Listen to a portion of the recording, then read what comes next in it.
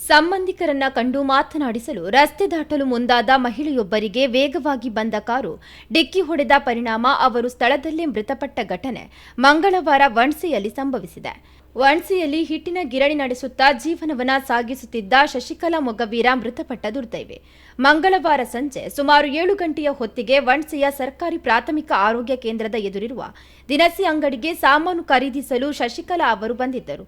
ಖರೀದಿಯ ಬಳಿಕ ರಸ್ತೆಯ ಇನ್ನೊಂದು ಬದಿಯಲ್ಲಿ ತಮ್ಮ ಸಂಬಂಧಿಕರೊಬ್ಬರು ನಿಂತಿರುವುದನ್ನು ಕಂಡ ಅವರು ಅತ್ತ ತೆರಳಲು ತಕ್ಷಣವೇ ರಸ್ತೆ ದಾಟಲು ಮುಂದಾಗಿದ್ದಾರೆ. ಇದೇ ವೇಳೆ ಚಿತ್ತೂರು ಕಡೆಯಿಂದ ವಣ್ಸೆ ಮಾರ್ಗವಾಗಿ ಅತಿ ವೇಗದಲ್ಲಿ ಬಂದ ಕಾರು ಇವರಿಗೆ ಬಲವಾಗಿ ಡಿಕ್ಕಿ ಹೊಡೆದಿದೆ. ಡಿಕ್ಕಿಯ ರಭಸಕ್ಕೆ ಶಶಿಕಲಾ ಅವರು ರಸ್ತೆಗೆ ಎಸೆಯಲ್ಪಟ್ಟು ಗಂಭೀರವಾಗಿ ಗಾಯಗೊಂಡು ಸ್ಥಳದಲ್ಲೇ ಕೊನೆಯ ಉಸಿರು ಎಳೆದಿದ್ದಾರೆ. ಅಪಘಾತ ಎಸಗಿದ ಕಾರನ್ನ ಮಾರಣಕಟ್ಟಿ ಸಮೀಪದ ನಿವಾಸಿ ಸುಕೇಶ್ ಶೆಟ್ಟಿ ಎಂಬುವವರು ಚಲಾಯಿಸುತ್ತಿದ್ದರು ಎಂದು ತಿಳಿದು ಬಂದಿದೆ. ಘಟನೆಯಿಂದ ಸ್ಥಳದಲ್ಲಿ ಕೆಲ ಕಾಲ ಆತಂಕದ ವಾತಾವರಣ ನಿರ್ಮಾಣವಾಗಿತ್ತು. ಮೃತರು ಪತಿ ಹಾಗೂ ಓರ್ವ ಪುತ್ರಿಯನ್ನ ಅಗಲಿದ್ದಾರೆ. ವಿಷಯ ತಿಳಿಯುತ್ತಿದ್ದಂತೆ ಕೊಲ್ಲೂರು ಪೊಲೀಸರು ಸ್ಥಳಕ್ಕೆ ಧಾವಿಸಿ ಪರಿಶೀಲನೆಯನ್ನು ನಡೆಸಿದ್ದಾರೆ.